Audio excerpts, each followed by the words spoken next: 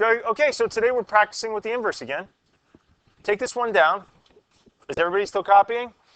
Okay. Take this one down. We're going to practice a little. Let's go. So we find the inverse by switching the coordinates. There you go. And the man? Hey, Dan. Dan, is that a function, yes or no? Why? Kev, is that a function? Good. Yeah, it's a function because no x values repeat. So the second thing we learned about the inverse was how to find it if you're given an equation. It kind of works the same way as if we got coordinates. What do we do first? Meg? Nope. Yeah, you switch the x and the y. That's step one. So x then equals 4y minus 8. And then what do you do after you switch those x's and y's? Yep, and then we're going to add 8 to both sides. That crosses off. We get x plus 8 equals 4y. Uh-oh. Uh-oh. Divide everything by 4. So this becomes 1/4 x plus 2 equals y. Dividing the whole thing is the same thing as dividing each one separately. I just like the way it looks like this. And then to signify that this is the inverse compared to the thing in the black, I write this. That means the inverse. Final answer.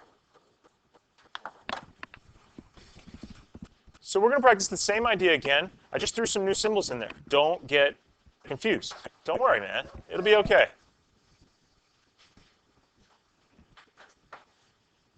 When I write this f of x business in there, what's f of x the same thing as saying? It's the same thing as saying y. That's a really fancy way of saying this. They mean the same thing. Okay.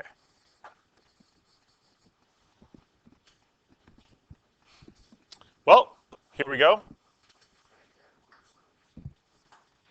Now, what's step one of finding the inverse? You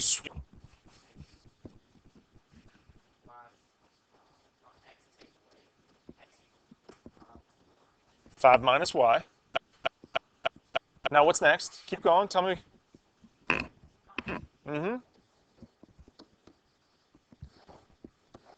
Those cross off. We get x minus 5 equals negative y. What else?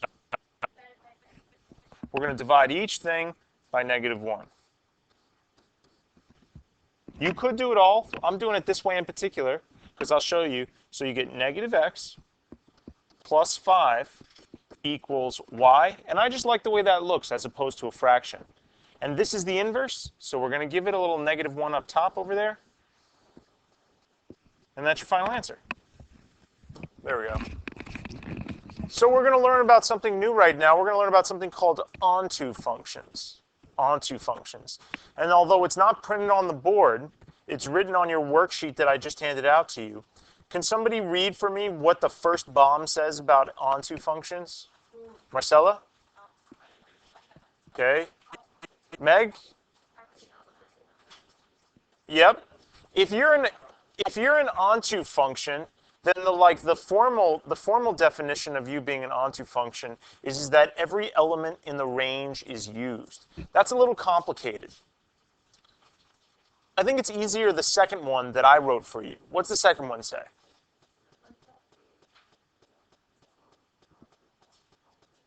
Yep, when looked at graphically, onto functions have no gaps. So let's take a look at some of the multiple choice questions that I've given you. Now, I didn't give you graphs, I gave you equations, but we're going to use your calculator to look at the graphs. Hit the y equals button.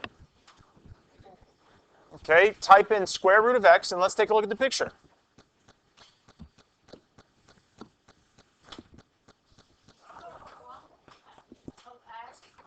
Yeah, the square root of x. You see how that's the first choice? How is yours different? We all have the same, we all have the same one. You didn't type in the square root, but.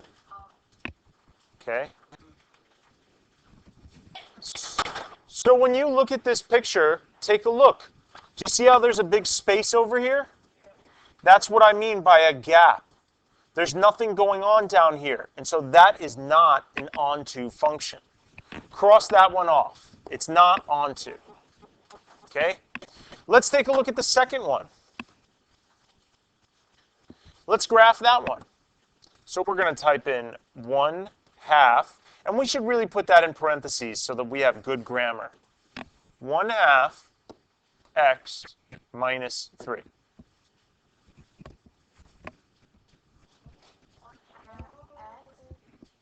Yep. What's up? 1/2 x minus 3. See that? So what do you think? Is this one onto? Will this one have spaces, or will it stretch all the way up and down? Marcella? It's going to stretch all the way up and down, in fact. Let me zoom out a little bit for you. Zoom out. Do you see that? How it's going to keep going and going and going? Eventually it will fill the entire screen. It's not like it just stops somewhere, or it doesn't cover the territory. That's by definition what it means to be onto. Let's take a look at another easier picture, okay? Everybody skip down to question number 4. Okay? That's this question right here. Which one of those graphs right there, A, B, C, or D, is onto? Marcella? What do you think, girl? Brittany? Brittany, it is. It's D. Look at this one. Gap, right? There's an open space. Over here, there's a gap. There's open space. There's nothing that exists there. Over here, there's a gap. There's nothing that exists here. But in this graph, everywhere you go,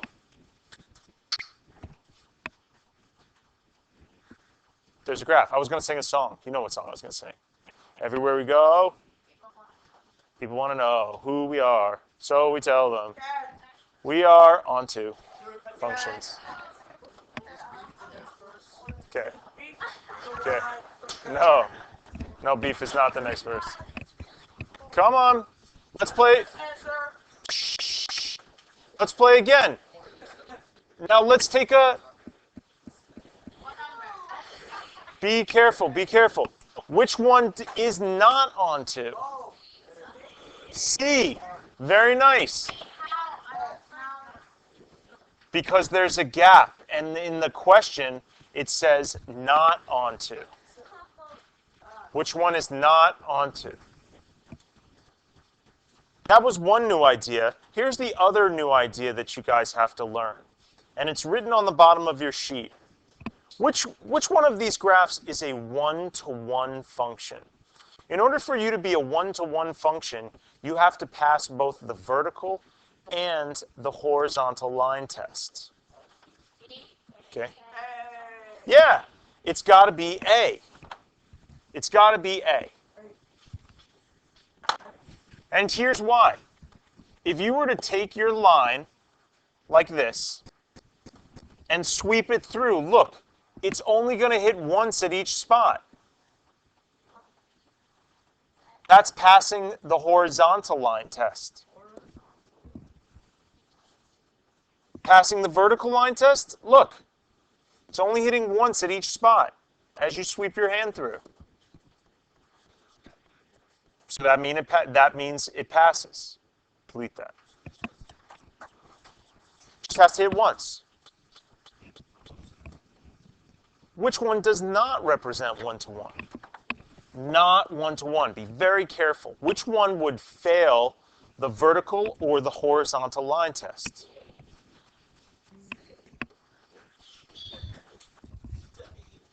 Lisa?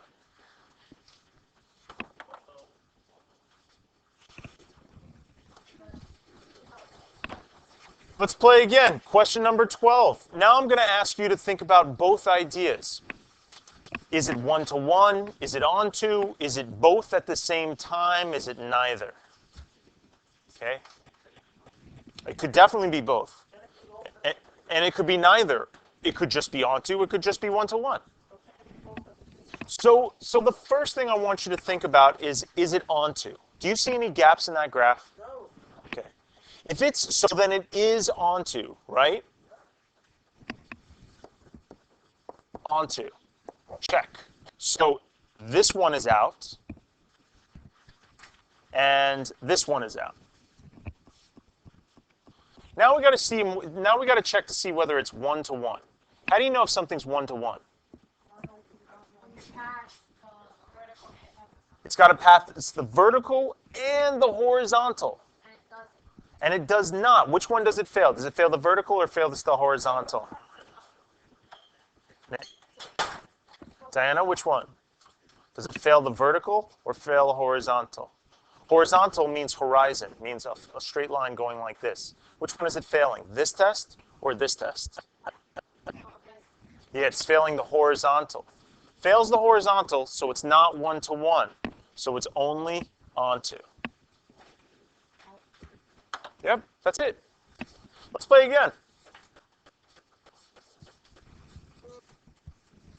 So here we go. Is that one onto? Yes or no?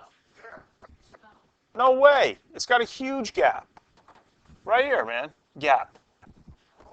Nothing going on up there. Definitely not onto. Is it one-to-one? It's not one-to-one because it fails which test, Meg?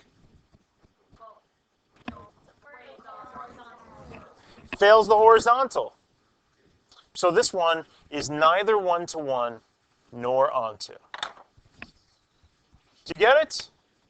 Okay, let's play one more time, and then the rest of the period, I'm going to let you work on your calendar quizzes. I want to see you take them out.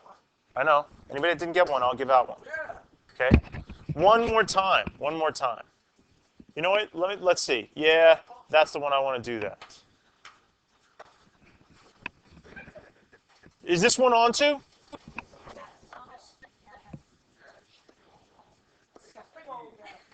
It's definitely. Do you see any clear gaps in the up and down direction?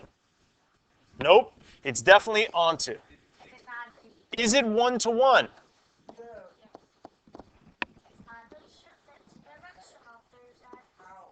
And it definitely is. It definitely is one-to-one. When you see something going. When you see a graph like this is something that's going to come up. You see how this arrow is going downwards like that? What happens is it's going to keep going like this just a little bit at a time, a little bit more, a little bit more. It's not going to go straight like that, okay? It's going to bend towards this line. All right. So which one is it? It is one-to-one. It's both one-to-one and it's onto. That's all I got for you for today.